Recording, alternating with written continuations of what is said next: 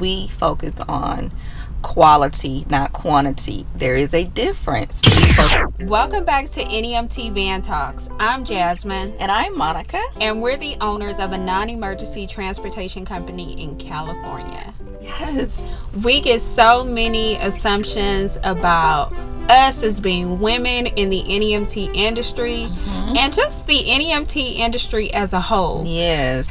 So we post a question on our social media platform asking people, okay, what are some assumptions that you have about us, or what are some assumptions that you have about the NEMT industry? They had a lot to say. They did have a lot to say, and we are so excited to clear up these assumptions once and for all. Yes, let's go. I'm ready to talk about this one. So I have a list of the assumptions on my phone, so I will be reading the assumptions from my phone, and Monica and I are going to talk about them. Yeah.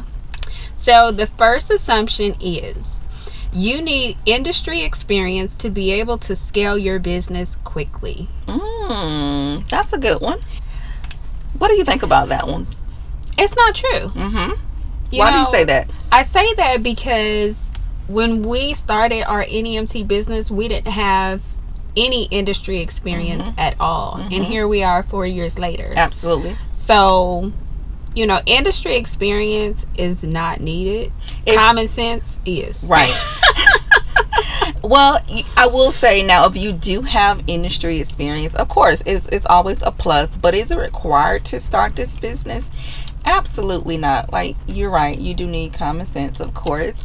But as you learn, you grow. I mean, as you get into the industry, you're going to learn different things. And so you will eventually grow. So it's not needed. Absolutely not. And that's why I love the owner-operator model when first starting out. Like, if you're totally able to, get behind the wheel yourself and gain experience in the industry, I would highly suggest that you do that because you will learn so much. And then that will enable you to be able to take the knowledge that you've learned and pour back into your drivers and your dispatchers and, your team as a whole. Yeah. And we always encourage people to do that because that was one of the things we were big on doing. Like, we wanted to learn the ins and outs of our business before we even, decided to bring people on, because we wanted to know how to train them. We wanted to know every single thing that could happen within this business, so we would know how to troubleshoot and problem solve. So, yeah, that's true. Yep. So that was a good one. Okay. That was a good one. So, no, you don't need industry experience to start and scale your NEMT business. That is truly an assumption. All right. Number 2, women are less likely to pursue the NEMT industry. That's not true. That's not true. That's not. As you guys know, we provide coaching, mentorship. Yes. We do a lot of consultations up until this point, hundreds. And we get a lot of women that are interested in starting this business. Yes. And if you guys don't know, we're really big on women in transportation. Hello. So, we're really big on pushing women forward, making women more aware of the opportunities in NEMT, the flexibility.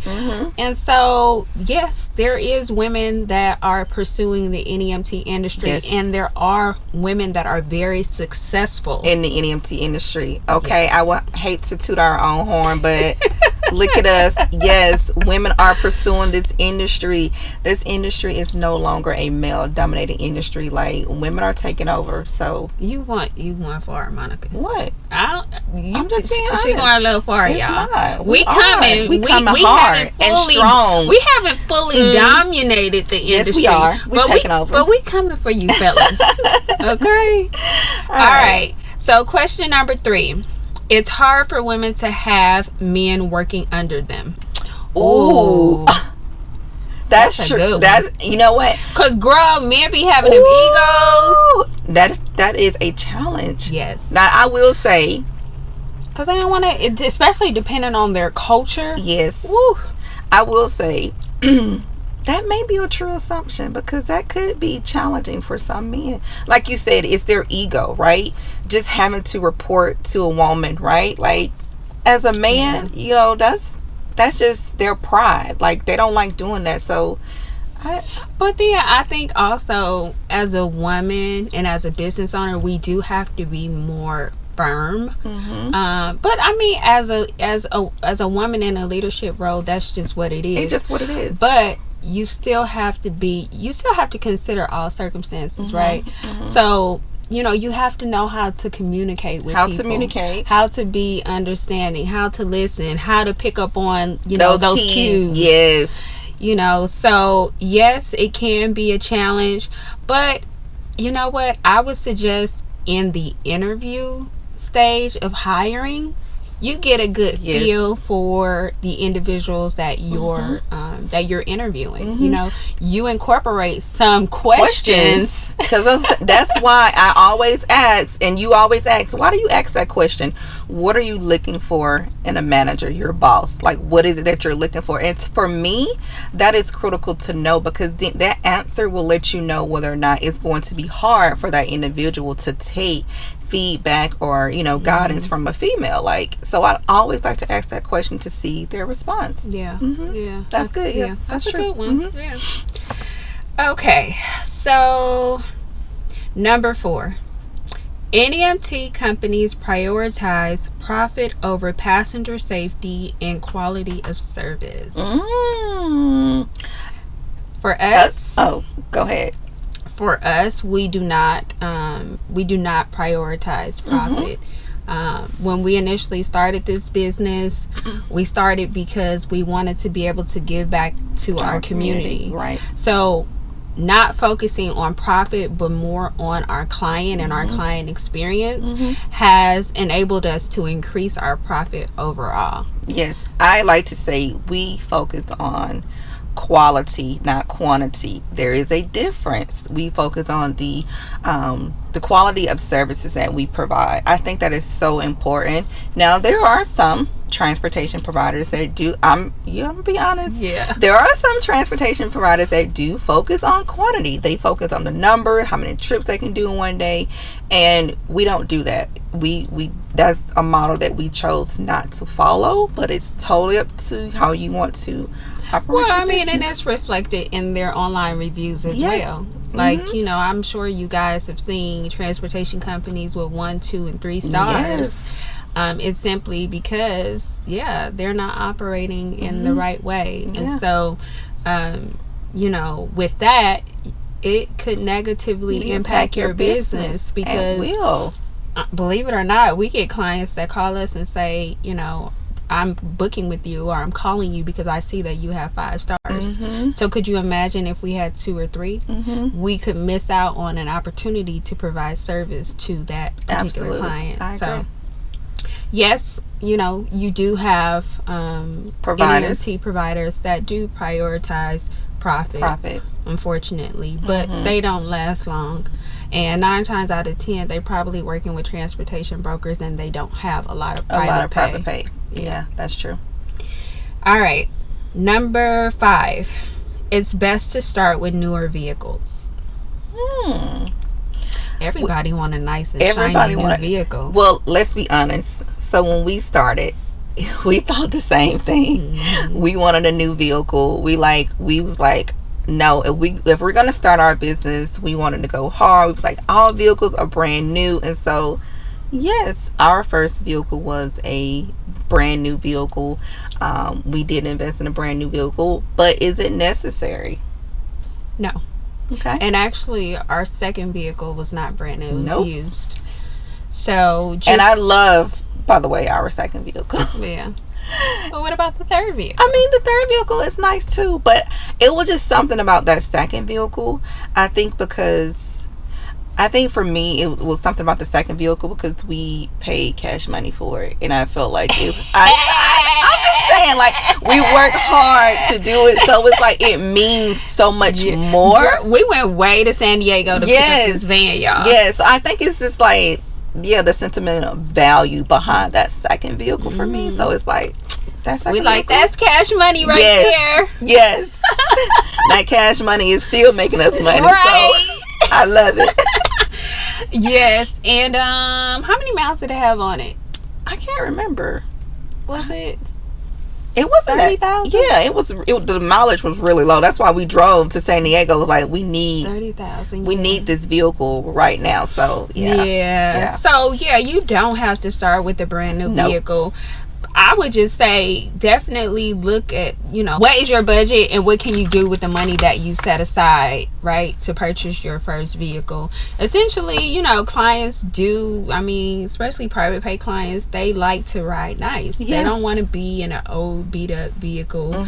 But once again, know your community, know what your opportunities budget too, like you want to pursue, and know your budget. Yep. I agree. All right, so let me read a question here. I'm becoming a vendor with Medi-Cal, and will they send me clients? Oh, that's a good one. Sorry. No. You can become a vendor with your state Medi-Cal Medicaid program, but they will not send you clients. So it is still your job to still go out there and market your business to those facilities that, have Medi-Cal clients in order to get, that clientele. But that's a big misconception. I've gotten that question several times on our consultation calls. I think they see it as the broker model. Like, once I complete this onboarding process, the credentialing, like, they're going to automatically send me clients, and it doesn't work that way. Yep. All right. Another question here. You need to contract with healthcare facilities in order to gain clients. No, you do not. You don't have to contract with healthcare facilities to get clients. I always talk about, identifying, what the community needs, the services you offer, where is the opportunity, and who's going to pay for the opportunity. So you got dialysis clinics, you got private pay clients, you got brokers that you can work with, you have nonprofit organizations, you got several other organizations that you can partner with that don't include health plans.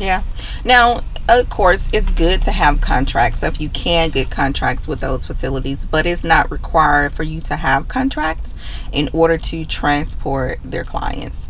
Yep. That was a good one. Yep, I agree. All right, another question here. Once you start marketing your business, I know you're going to love this question, you will gain clients.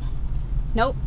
That's not true. Ooh, you gotta put in some work. You just want to market and just automatically get clients? You gotta put in some work. No, that's a big misconception that people have. Once you go and pass out your brochures and pass out your business cards, that clients are just going to come knocking at your door.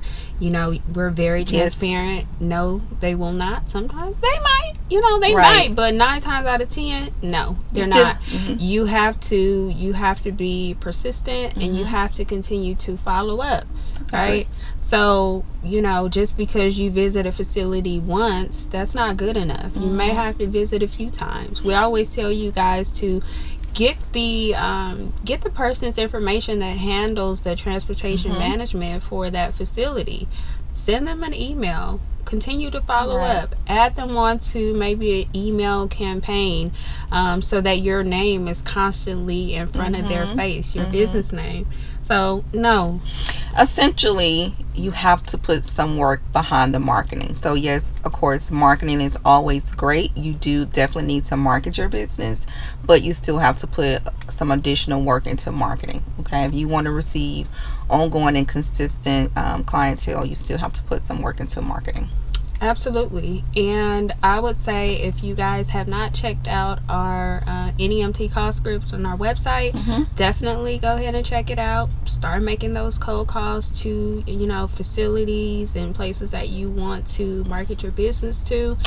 And if you guys want us to host a webinar about marketing, leave the word webinar down below in the comment section, and that might be something we could do for you. That's a good idea. Also, if you like this content, this material that we are sharing, we need for you to like and subscribe. Hit that like and subscribe button for us. Okay? Yes. Alrighty. All right, Jasmine. So let's keep it going. Oh, I like this question. What is it, girl? So when I ask you this question, I want you to think about an experience or even a situation that you felt like you may have been put into? I think I may know one, but there may be more. So let me just ask you. So this question is, NEMT is not safe for women. That's an assumption. People think that the NEMT industry is not safe for women. So let me ask you, have you ever been in a situation where you felt unsafe and you just felt like you didn't need to transport that person? Or have one of the drivers ever called you and expressed any concern? One of our female drivers, have they ever called you and expressed any concern about transporting?